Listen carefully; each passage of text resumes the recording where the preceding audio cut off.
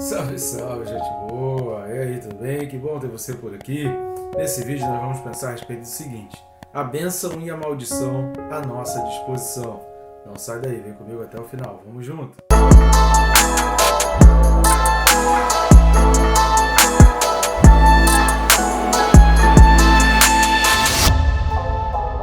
Não deixe de se inscrever, por favor, clica aí, é bem rápido e fácil. Você vai clicar no botão inscrever-me e pronto, já vai estar inscrito. Sugiro e recomendo clicar também no sininho, isso vai te disciplinar a estudar a palavra todos os dias. Às 6 da manhã temos um vídeo para abençoar a tua vida. Peço suas ajudas aí com relação ao nosso canal, ao nosso ministério. Existem várias maneiras que você pode estar nos auxiliando aí no nosso ministério e auxiliando também nesse canal, que tem sido bênção para muita gente, que tem sido útil para muita gente a respeito do estudo da Palavra de Deus. E como você pode nos ajudar?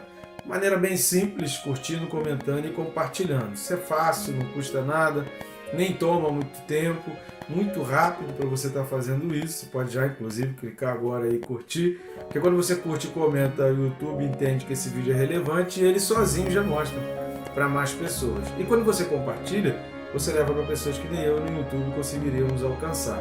Outra maneira é clicando em um dos links que estão aí embaixo e adquirindo um dos nossos livros. São 2 livros, tem o mais antigo que é o Quem se Importa com Deus, uma meditação a respeito daquele momento de Jesus no Getsemane.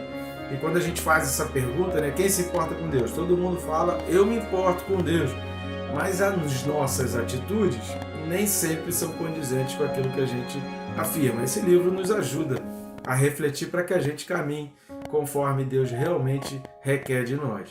E o outro, mais recente lançamento, que é o Perca Peso Tirando a Trave do Olho, é um livro voltado para a santidade, um livro que prepara a noiva do Cordeiro para se encontrar com o noivo. Esse livro trabalha todo esse aspecto da santidade, da gente poder cuidar da nossa alma num tempo em que tantas pessoas cuidam do corpo. Cuide do corpo, querido, mas não esqueça da tua alma. Não deixe a tua alma em segundo plano. Primeiro você cuida da alma e depois, com a alma tranquila, com a alma santificada, cuida do corpo. Tá legal, meu? Muito obrigado você que já vem nos ajudando, você que está sempre aí conosco todos os dias assistindo esses vídeos. Que Deus te abençoe aí abundantemente. Vamos lá? Texto desse vídeo, segundo vídeo, referente a Hebreus 6, versículos 7 e 8. Hebreus capítulo 6, versículos 7 e 8 diz assim: porque a terra que absorve a chuva que frequentemente cai sobre ela e produz erva útil para aqueles por quem é também cultivada, recebe bênçãos da parte de Deus. Mas se produz espinhos e abrolhos, é rejeitada, e perto está da maldição, e o seu fim é ser queimada. Esse é o segundo vídeo. No primeiro vídeo anterior, esse daqui já está disponível no canal, nós falamos sobre que pelos frutos a gente conhece a árvore e também conhece a terra, porque antes mesmo de gerar algum tipo de árvore, ou antes mesmo de que a terra pudesse produzir, que é para produzir o fruto, primeiro nasce a árvore. Então, antes mesmo de tudo isso, a terra ela responde. A produção da terra é uma resposta a todo o trabalho que é feito à terra. Tem a chuva, tem o sol, tem o arado, tem todo o trabalho ali de cuidado, né, de alimentação, de nutrição da terra, todo o trabalho que é feito. Mas quem prepara a terra espera da terra algum tipo de resposta. E no vídeo passado nós falamos exatamente sobre isso, né? A produção é exatamente essa resposta. E o que a gente vai ver aqui hoje, nesse vídeo, né? Falando aqui a respeito do versículo 8, que a gente vai trabalhar mais em torno do versículo 8, é exatamente uma ligação com essa produção, com essa resposta que a terra dá, ou que a árvore dá, que os frutos dão. Que a gente precisa entender que tudo é uma construção, assim como essa carta aos Hebreus, ela vem construindo. No próximo vídeo, a partir do versículo 9, você vai entender por que há esse trecho do versículo 4 ao 8 aqui do capítulo 6, você vai entender por que está falando isso, e você vai entender que a ideia original do autor não é exatamente falar sobre salvação ou perda de salvação, mas está falando dessa construção, da promessa, da gente chegar até a promessa. Mas vamos lá, esse versículo 8, o que a gente pode destacar? Algumas coisas muito importantes aqui. Primeiro, repare que o versículo 8 fala como se produz. Ele começa, mas se produz. Esse se produz, ele quer nos dar um indicativo de várias coisas. Eu destaquei 2 coisas que, pelo menos, esse se produz quer dizer para nós? Ao lermos esse versículo 8, e a gente precisa entender, como falamos no vídeo anterior, que aqui no versículo 8 já não fala mais que é uma outra terra, já não fala mais que há uma nova chuva. Então repare que é uma terra só e a chuva caiu sobre essa terra. São apenas, digamos assim, duas fazendas diferentes ou duas opções que podem acontecer com as duas fazendas. Você também pode entender assim. Mas a respeito desse se produz, com esse entendimento do versículo 7, a gente pode entender o seguinte. Primeiro, que produzir, a produção, significa exatamente os frutos. São as nossas obras, são tudo aquilo que ofertamos, tudo que os outros recebem de nós, através de nós e por meio de nós. Esses são os frutos. Quem vai identificar esse fruto é Deus. Quem vai identificar se aquilo que a gente está oferecendo, se aquilo que as pessoas estão extraindo de nós, se aquilo que as pessoas estão recebendo de nós, se aquilo pelo qual a gente está sendo intermediário de uma entrega, porque a gente não vive essa vida sem entregas.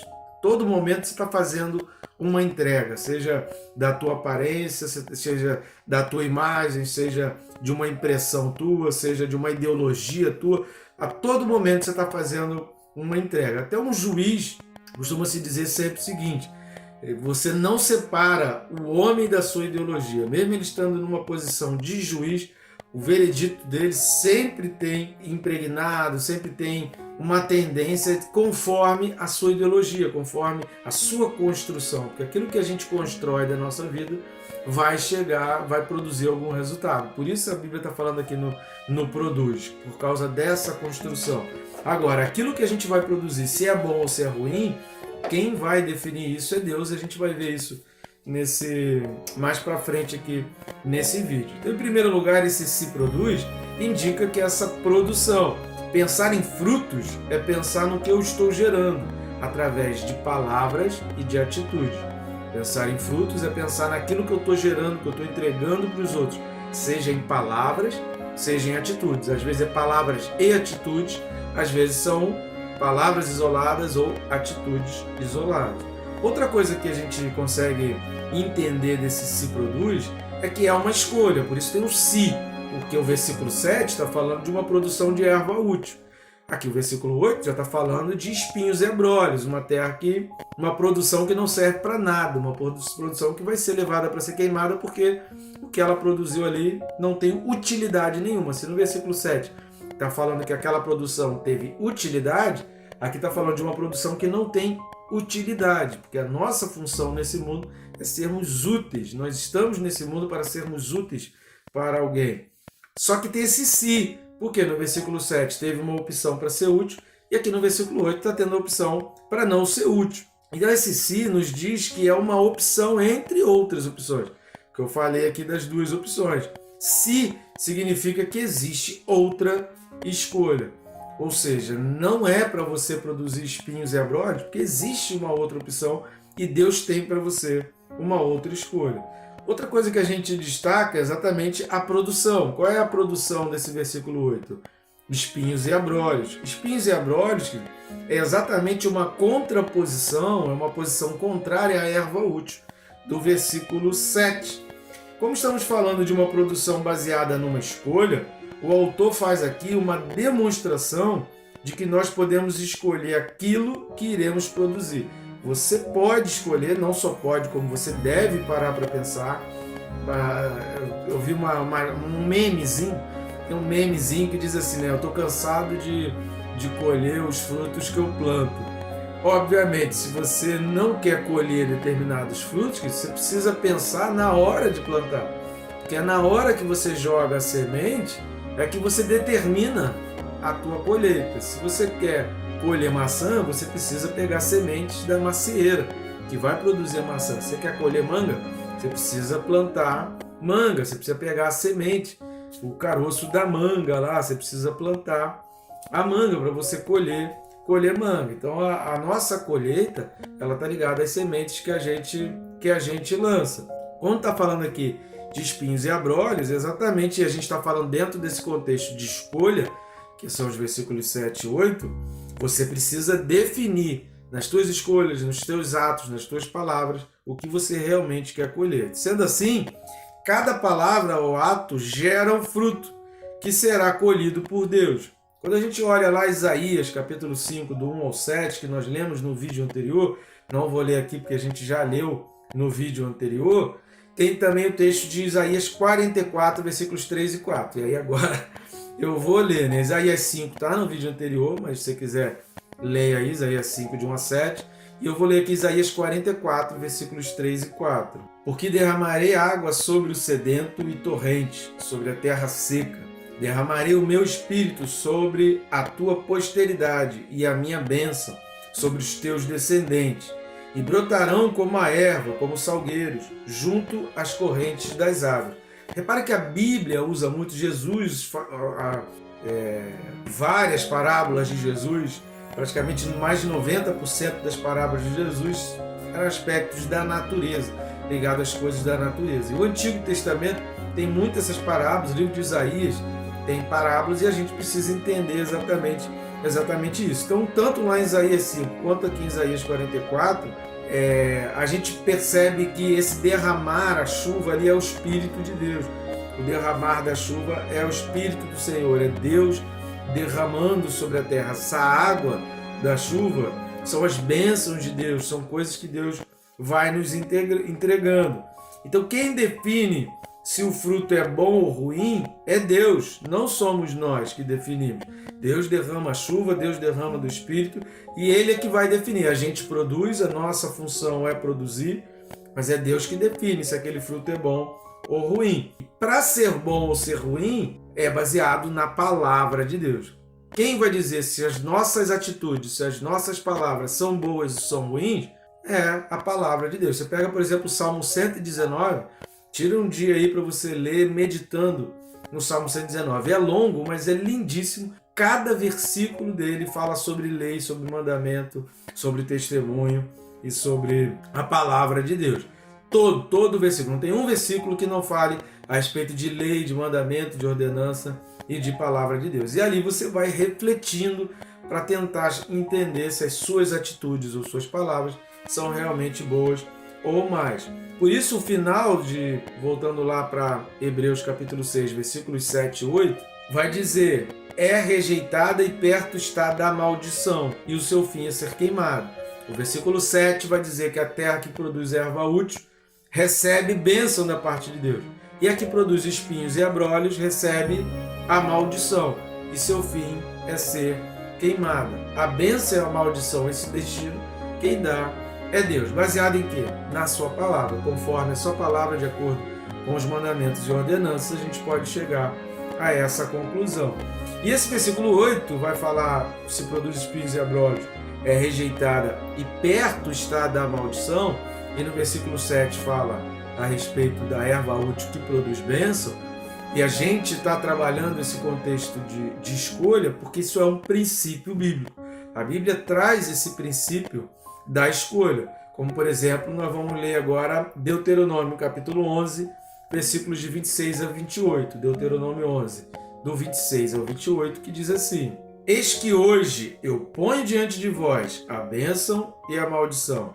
A bênção quando cumprides os mandamentos do Senhor. Repare que quando cumprides os mandamentos recebe a bênção. Ou seja, o que vai definir se a minha atitude ou as minhas palavras são úteis, são boas mesmo, é se as minhas atitudes, se com as minhas atitudes e com as minhas palavras eu obedeço aos mandamentos. Se está dentro da obediência, se os mandamentos do Senhor... Lembra que a gente falou há uns vídeos atrás, a gente falou da questão do gabarito? Então, se a gente coloca diante do gabarito, que são os mandamentos de Deus, e não tem erro ali, ó, beleza. Então, repare que o versículo 27 está falando: a bênção, quando cumprires os mandamentos do Senhor vosso Deus, que hoje vos ordeno. A maldição, se não cumprirdes os mandamentos do Senhor vosso Deus, mas vos desviardes do caminho que hoje vos ordeno, para seguirdes outros deuses que não conhecestes. Essa escolha de seguir a outros deuses e a desobediência, ela nos tira do guarda-chuva da misericórdia. A desobediência nos faz ficar do lado de fora dessa proteção divina que nos conduz à promessa. Existe uma proteção que conduz à promessa. O povo caminhava no deserto em direção à promessa e tinha uma nuvem de fogo tinha uma nuvem atrás, então eles perseguiam, eles eram guiados e protegidos, eles estavam ali debaixo de um guarda-chuva. Que guarda-chuva era esse? Um guarda-chuva que derramava maná, que derramava codornizes, que fazia chover sobre eles maná e codornizes todos os dias para não faltar alimento. Eles não precisavam de alimento, a sandália deles não gastou, a roupa deles não gastou durante 40 anos. Que beleza, né? Queria eu uma roupa dessa, uma roupa vai ficando velha, e às vezes tem roupa que a gente se apega, gosta tanto, e a gente vai vendo, puxa, tá velha, tem que desfazer, e aí às vezes você não consegue comprar outra parecida. Eles ficavam lá 40 anos e a roupa não estragou. Bênção pura, e ainda assim eles optaram por rejeitar as bênçãos de Deus, rejeitar os mandamentos e desobedecer. Então, quando você desobedece, você sai desse guarda-chuva. E o que a gente viu em Deuteronômio 11, do 26 ao 28, é que cada um de nós tem uma responsabilidade com a sua alma e com aquilo que produz. Quando você assume a tua responsabilidade com a tua alma, você começa a trabalhar e a pensar mais na produção. O que eu quero produzir? Em que direção eu quero produzir? E aí eu vou trabalhar mais nessa direção. Em Hebreus 6, do 4 ao 8, o autor, mais do que qualquer coisa, ele quer nos chamar a essa responsabilidade individual. Ele quer chamar cada um de nós para uma responsabilidade individual. Por isso ele fala na terceira pessoa, como quem estivesse falando de alguém de fora, como quem estivesse falando de alguém diferente. Ele fala numa terceira pessoa, porque a partir do próximo versículo, ele já começa a falar na primeira pessoa, com quem ele está falando, com seus leitores. Então ele começa a dar uma destacada para dizer assim, olha, vocês não são assim, eles são assim, aqueles são assim, é impossível que aqueles... Então ele começa, para poder trazer uma maneira de persuasão, o povo compreenda que eles estão distantes daqueles que têm a impossibilidade de alcançar a salvação. Mas Deus quer que você alcance e que a tua vida seja resguardada pelo Senhor, e Deus tem bênçãos maravilhosas destinadas para você. Creia, querido, permaneça firme, não desiste, não balance nem para a direita nem para a esquerda. Medita na palavra dia e noite, e as bênçãos do Senhor te alcançarão, elas virão atrás de você, como disse Jesus em Marcos 16. Tá bom, gente boa? Que Deus te abençoe, rica e abundantemente.